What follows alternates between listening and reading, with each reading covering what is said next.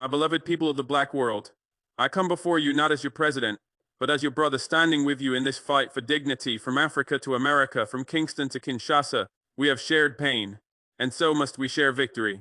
For centuries they told us our stories were separate, that the African in Harlem bore no connection to the farmer in Ouagadougou. But if you look deeper, you will see the chains that once bound our ancestors were made by the very same hands that now attempt to divide our minds. I did not take this stand in Burkina Faso for my people alone. I stand for every black man and woman who continues to fight for the right to breathe freely in a world that profits from their silence. Our freedom will not be handed to us, it will be built together. So I call on you, my family across the oceans, rise with us. Let us speak again one language, the language of power, pride, and unity. Because the world does not fear our weapons, it fears our awakening. When I look across the ocean, I do not see distance. I see reflections, the struggles of our brothers and sisters in the streets of Chicago. The neighborhoods of Kingston and the townships of Johannesburg are no different from the battles our youth fight here in Africa. The enemy has only changed its form. It no longer chains us with iron, but with poverty, misinformation, and dependency. My brothers and sisters, we have been taught to forget our power, told that freedom is a gift, that progress will come if we wait and remain silent, but we have waited too long. The blood of our heroes, Malcolm, Lumumba, Sankara, Martin, did not water the earth for us to stay divided. They dreamed of one people, not separated by borders or passports, but united by purpose. The time is now to transform our pain into structure, our anger into vision, and our history into destiny.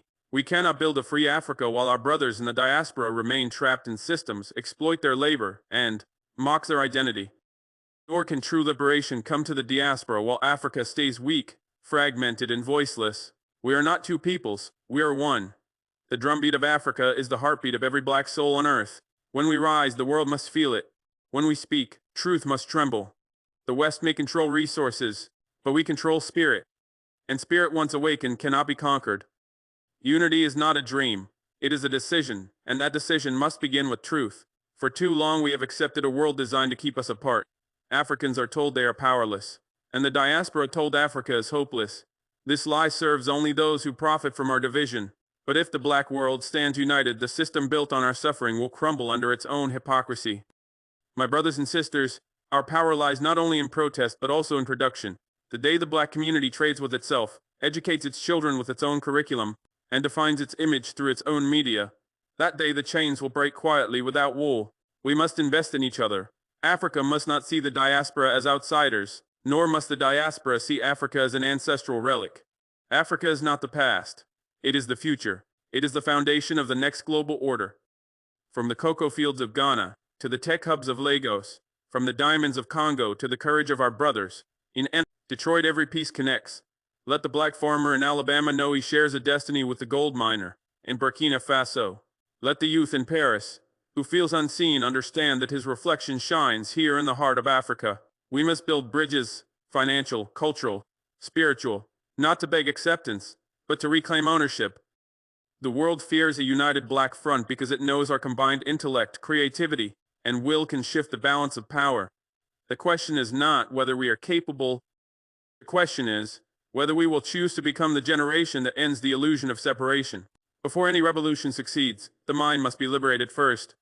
The greatest weapon used against us was never a gun, the lie. They rewrote our history, redefined our heroes, and made us doubt our own reflection. They made us believe being black was a burden, when in truth it is the world's original crown. My brothers and sisters, colonization was not just about stealing land.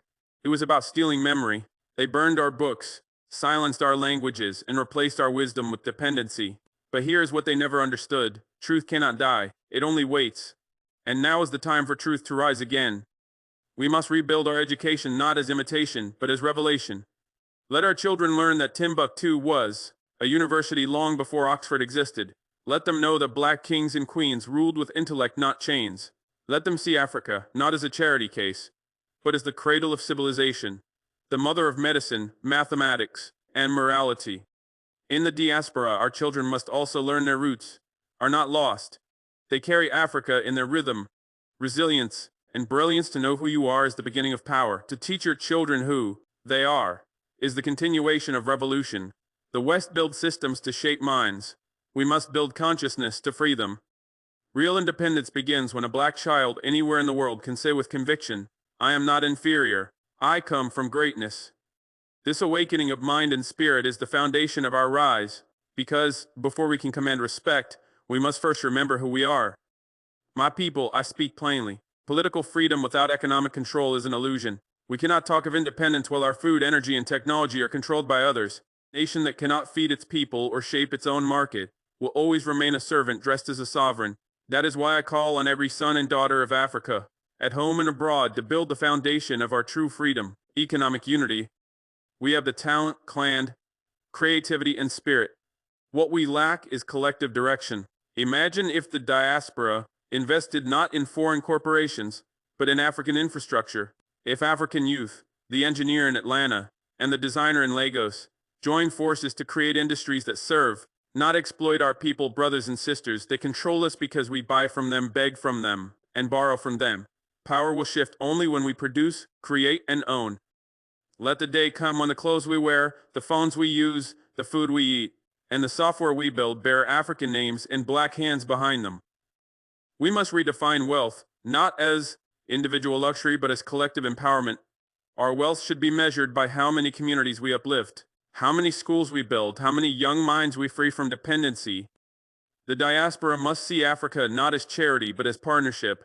Every dollar invested in African progress is a step toward ending centuries of extraction. The world trades in resources. We must trade in purpose. When we align our economic will with cultural pride, we will no longer ask for a seat at the table, because we will own the table itself. To my brothers and sisters across the oceans, you are not visitors to Africa. You are its living heartbeat. The soil that birthed your ancestors still remembers your names. It calls you not as tourists, but as builders, thinkers, and warriors of destiny. For too long, the system taught you to see Africa as poor, chaotic, or dependent. But look again through your own spirit. Africa is not weak. It has been betrayed by those who feared its rise. Our children scattered across continents must return not only with their feet, but with their faith. The diaspora holds the keys Africa needs: skill, capital, technology, and perspective. Africa holds what the diaspora needs: belonging, power, and purpose together. We complete each other. I call on every black entrepreneur, artist, scholar, and worker. Come build with us, not for charity, but for legacy. Let your success abroad fuel progress at home. Let your pain turn into policy, your exile into empowerment. The world watches as we awaken. They once divided us by oceans. Now we unite through vision. When Africa and the diaspora move as one, we will shape a civilization no empire can silence. Our ancestors dreamed of this day, a world where the descendants of the enslaved and the children of the soil stand, shoulder to shoulder, declaring, we are one people, one power, one purpose. My brothers and sisters, history has given us a mission we cannot ignore: to finish what our ancestors began. The chains they broke with their blood must never be reforged by our silence. We are the generation carrying the final torch of liberation, and the world will remember what we do with it. I see a future where no African child goes hungry while gold and grain fill the land beneath. A future where no black student is told he is less because his history is taught as greatness, not survival.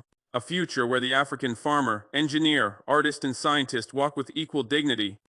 But this vision demands courage, the courage to think beyond borders, challenge systems built to limit us, and believe in ourselves when the world does not.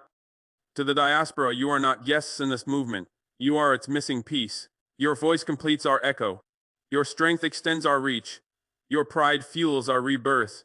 When we rise together, we will not need validation. We will define destiny. Let us be the generation reclaiming the black soul, not as a color, but as a covenant to protect truth, uplift one another, and build a world where being black means being boundless. The struggle of one is the struggle of all. The victory of one is the victory of all. When Africa rises, the world rises with her, but this time under our light. Our greatest weapon is not the sword, it is the story.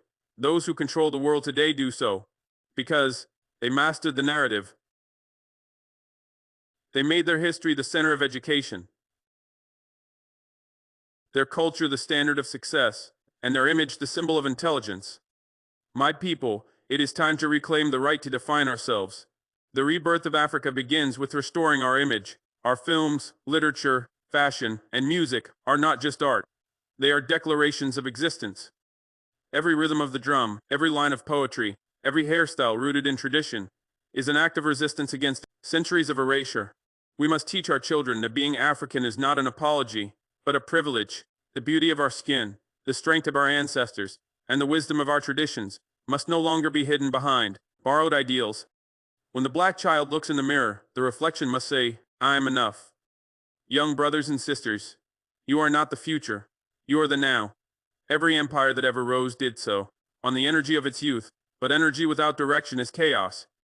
That is why I call on you to organize, study, build, and innovate. The digital age has given you tools our forefathers only dreamed of. Use them, turn social media into a weapon of education, not distraction. Build apps solving African problems. Create films telling African stories. Use your voice not to imitate, but to inspire. Do not wait for permission to lead. The revolution is not scheduled. It begins the moment you decide to take ownership of your destiny. You are the generation that will turn Pan-Africanism from philosophy into institution, one that feeds, educates, and protects its people without begging for assistance. Now I ask every black soul listening, what will be your role in this covenant? Our liberation is not performance, it is a promise that every life sacrificed for our freedom will not be in vain. We must build a new world anchored in justice, unity, and mutual respect, not for domination, but for balance. A world where Africa stands not as a follower, but as a pillar of humanity. This covenant is as much spiritual as political. It is the return of self-belief, the restoration of identity, and the rebirth of destiny. We are not victims of history. We are its continuation. From the rivers of Mississippi to the deserts of Mali, from ghettos to grasslands, we will rise as one people guided by one vision to reclaim dignity that was never lost, only forgotten. So let this call echo across continents. Africa is awake. The black world is awake. No force on earth can put a people back to sleep once their spirit has opened its eyes. My brothers and sisters, I stand before you not as one man, but as the voice of millions who refused to bow, who carried the torch through darkness so we could see the dawn. The moment we live in is not coincidence. It is prophecy. The ancestors dreamed of a generation that would break the final chains, not with weapons, but with wisdom, pride, and unity. We are that generation. Africa will no longer be defined by wounds, but by will. Our pain has been deep, but it has carved wisdom into our spirit. We have learned from every betrayal, every theft, every humiliation, and now we turn that suffering into strength. The world is changing, and this time Africa will not wait to be invited. We'll sit at the table of nations, not as guests, but as equals. The origin, the foundation, and the future of human civilization. To the diaspora, you are the bridge between Africa's roots and the world's horizon. The time has come to return home, not just in body, but in purpose. Bring your innovation, experience, discipline, and love. Let us merge the wisdom of the motherland with the knowledge of the modern world and build something unbreakable. And to those who doubt us, let them remember no force can suppress a people whose identity has awakened. We were the first to rise and will be the last to fall. The black soul is eternal, its rhythm unstoppable. From Harlem to Ouagadougou, from Kingston to Cape Town, from Paris to Port-au-Prince, the drums of unity beat again. Let this message echo through generations. We are one family, one destiny. Africa will rise again, not tomorrow, not someday, but now.